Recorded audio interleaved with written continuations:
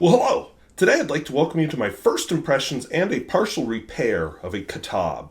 A Katab is, I'm unclear at the moment because I haven't done my research yet, first impression, but it's either an Israeli or Palestinian brand, and when you look at the time period where the pen was made, there is room for both, and I will let historians cover that topic. I am going to stay clear of that topic. But let's take a look at it. So this pen probably dates from the 1940s or 1950s. It is, as I said, a Katab. It's written on it. Made in, where's that? Palestine. And then there's symbol and some Hebrew writing. Nothing else on the barrel except for this horrible painted on sticker. I decided to leave it for the first impression. Let me turn it so you can read it. I decided to leave it here for the first impression, but it is coming off. I think it's going to take a fingernail to take it off. The cap has very little on it except for this little emblem, which to my eye looks a bit like a fountain pen, but I don't know. No writing of any kind, and of course looks like an ebonite finial. It's a button filler. This is the blind cap, which to my eye looks ebonite. And we have a nib, which I have already done the cleaning. This puppy was soaked full of blue ink that took forever to get out. The ink, or the nib, actually says warranted, first quality, then a big K, and then a 14 karat, and I can't make out that last word. Which comes down to my sight. We'll talk about that sometime when I feel like being more personal. Let me just try it under my loupe. Os Meridium, okay. So I'll try and put some macro photography in there for it. But clearly the pen needs a sack. We also have this pressure bar. Just the way it works, the button will push here, this rests down at the bottom, and when you press on it, this pushes against the sack. So often if I can, I'll just put the old one back in, but I feel like if I do that, this one will end up being replaced anyway. So I got to looking, what do you have for for pressure bars? So they come in several sizes.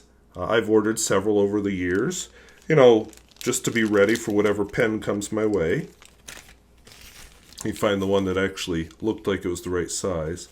So here's two of them. And it's really simple. If you can get a standard size, whoops, wrong way.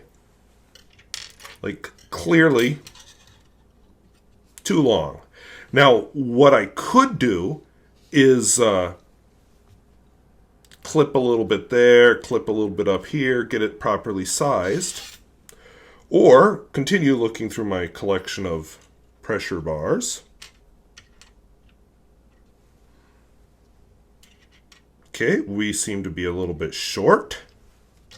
So neither of those will work, and I knew that because that's why I pulled those specific two out. One's an 84, I think the other one's a 66 maybe. But I already know that I have one that fits, so let me get that one out. And by the way, they come in different sizes. So I happen to know, okay, they come in these nice plastic bags, and I put it back in there so I could extract it for this video, and now it doesn't want to come out. Okay. Got it. Okay, there's the problem with working on a desk like this. Not normally where I do my pen repair, but we're going with it for video. Oops, no, that is. So this is actually a 72 millimeter pressure bar. Here's the problem. The pressure bar I have is a bit unique.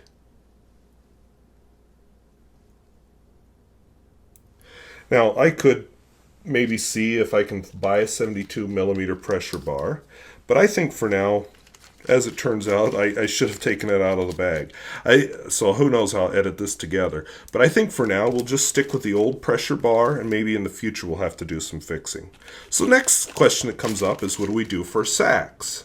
Well, they come in several sizes. I have a selection of sizes here. You know, from the very skinny to the very wide. So I'll just give you some indication here. If it's going on this easy, that might be a little bit too wide. You know, maybe if I had some sack shellac, I could get it to stay. But I like to have them friction fit. I don't know why. I really should just order some sack shellac and be done with it. Here's another one, would be way too big. Maybe even with sack shellac, that one would be too big. So what I typically do is friction fit them. Now this one, too small. And you'll notice what I'm doing is I'm trying to fit it over this piece right here. Fits right inside it. So unless you have some magical way to tighten or to stretch it, I don't think that one's going to work. I usually look for one that's about the same size, like this one. So we'll put the rest of these back.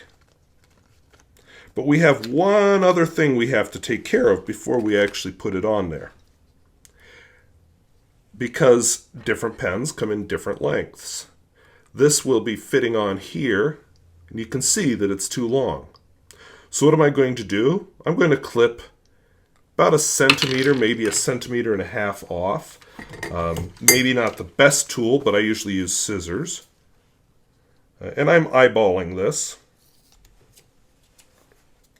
So, clipped that off. That's just what you have to do. They come in all sizes, and I think even way back then they would have done that. So now I'm just stretching it. This is just so hard to do under the camera. So I am stretching it to fit onto the pen now. And ideally, I probably would have put some sack shellac down there to help hold it in place. And maybe if I get a better pressure bar, I'll do that. But there we go. It's now fit on. It's reasonably secure, actually. I mean, I don't know how rough you plan to be with your pens, but I'm not.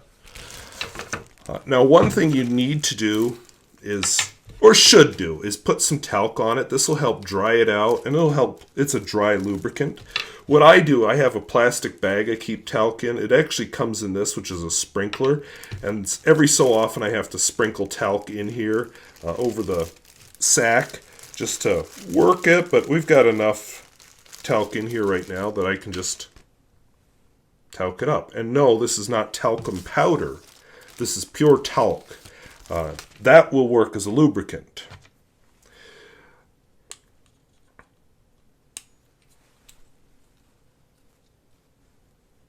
Now, one thing I should also do here, it's a button filler. I'm going to remove the button. Sometimes you need a pair of pliers, but often you can just use your fingers. And I'll tell you why. If I put the pressure bar in here first, and then start screwing this in, because that's what I have to do, this sack will be all sorts of twisted up.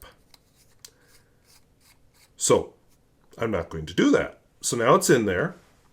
Now, and of course I have to keep this side, the bar part, faced toward the sack. I'm going to slip this in, and because of the talc, it slips in fairly easily. I'm going to slip this in on one side of the sack. I can feel it's slightly springy. It's sticking out just a tiny bit. Let's see if you can see that. Sticking out just a tiny bit. And now this, again, not the best surface for doing this on. Normally I do it on a hard, solid surface. But I'm doing this for video because this is a small part that's easily lost. And it'll hit my laminate floor and go bouncing off to God knows where. But I put it in. And now the button works. Now, a test I like to do just for security, Before I ink it up, I like to use a little bit of water and just make sure it's actually working. I got a sticker on the side of that bottle from somewhere. And you can see, oh, did you hear the suction? Let's try that again. So you can see that it is bubbling. It is drawing water. I'm shaking it off screen here, because now, the moment you've been waiting for, as he keeps leaning in and out of microphone range. Whoops. So for an ink for this pen, let's see what's over here. I want something slightly interesting. There we go. This will be a good match. I'm going to go with Diamine Sargasso C.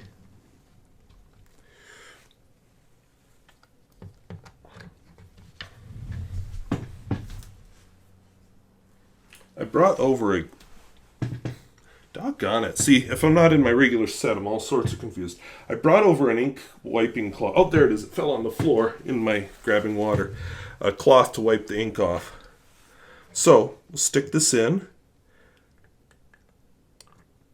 Here in the bubbles. Give it a chance to fill. Oops, I'm out of the ink. Give it another chance to fill. And I didn't hear any bubbles come out that time. So I'm just pausing to let the latex sac expand. If you don't do that, it'll take forever. Or I'm sorry, it won't take forever, but it just won't suck in as much ink as it could because it's drawing air as it's still expanding.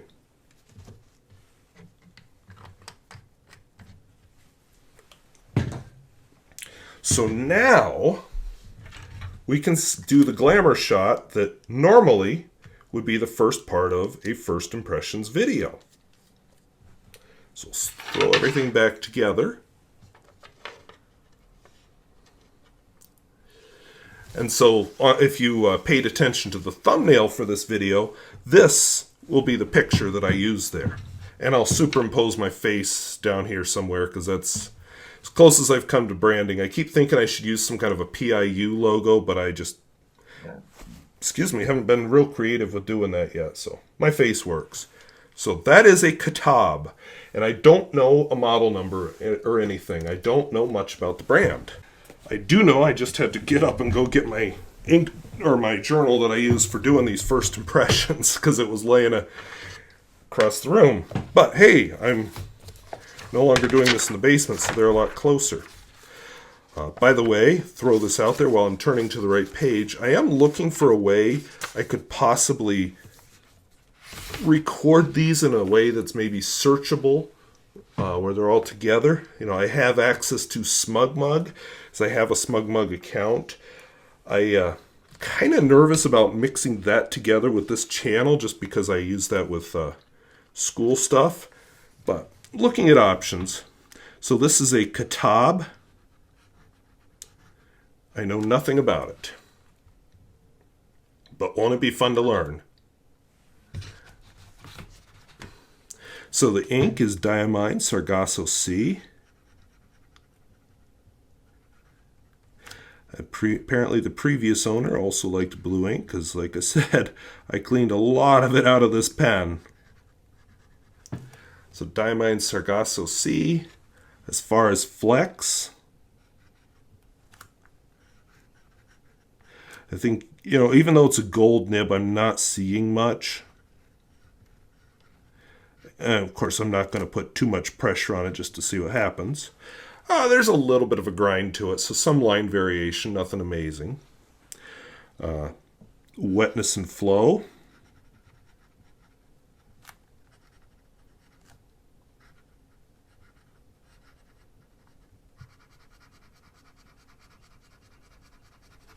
Actually, not bad. Smear test.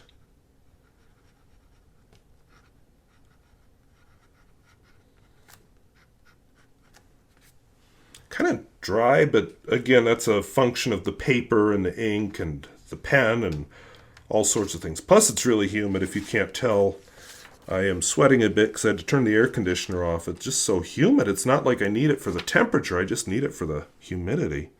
And reverse writing. So when I was downstairs, the furnace was my problem. When I'm upstairs, air conditioning. But luckily, I live in North Dakota, so I don't think air conditioning will be an issue very often. Reverse writing. R-E-V-E. Ooh. Other than I just caught a piece of hair there, it actually seems to reverse write a little finer, but very smooth. And finally, the world-famous Pierre Gustafson test.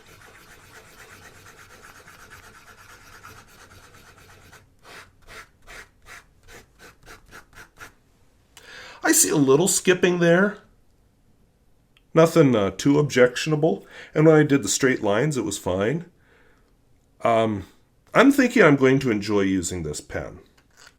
So that's the Katab. I'm finding it a fairly comfortable pen. I hope you enjoyed getting to see a little bit of vintage pen restoration. And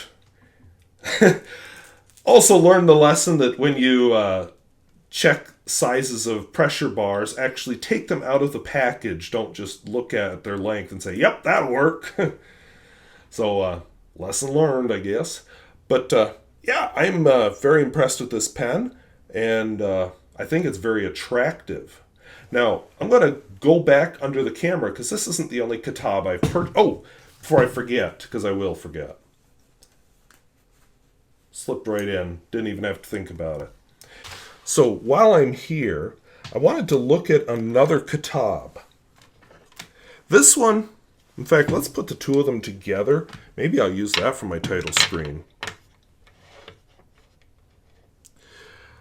Two different models of Katabs. This one is a little the worse for wear. It doesn't say Palestine on it, it just says Katab. This one was sold as made in Israel. The other one was sold as Palestinian. Again, I'm not going to touch the history there. This one's missing a trim ring here. Somebody must have burned a hole into it and patched it with, must be epoxy. This one has an ink window, which is very scratched up, but there it is. Also damage to the cap, which I don't know how I'll fix if I ever get to that point. For reasons I may not get to that point. This one also, the nib unit unscrews. But it's a different kind of nib unit because this is a piston filler, which I'll get to in a second. Warranted first quality with a K, slightly different, 14 karat. And that looks like it just says Osme. Different feed. The piston, if you can see it, is caught in there. And I say caught because here's what I discovered the first time I decided to check this pen out. And it could have been my fault for trying to operate a piston, but you know, I turned this, nothing happened in the barrel. And all of a sudden, kept turning, whoop, out she comes. So I feel like something is broken off in there. So I'm not 100% sure how I'm going to, or if I'm going to bother fixing it. So I suppose one of the things I have to find out is how watertight the pen is, and then look for possibly a different piston turning mechanism. So that will be a work in progress. That's for maybe when I've got these easier projects figured out. I think that's when I'll start trying to mess with this one. It's unique, which is one of the reasons I'd like to get it working, but I'm not going to put it up quite in real high in my priority thing.